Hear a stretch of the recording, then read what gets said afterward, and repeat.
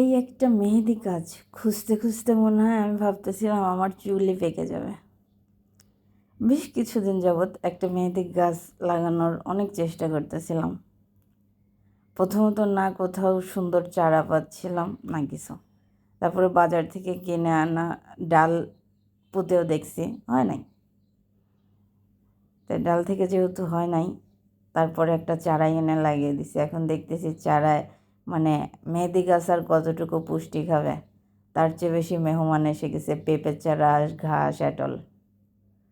যাই হোক, সেগুলি পরিষ্কার করে চলেই আসতেছিলাম। এখন দেখি করল্লার চারা মরেই যাচ্ছিলো, এটা ফেলে দেবো ভেবেই বসে আছি। এখন দেখি ছোট্ট একটা করল্লা হয়েছে, কিউট না?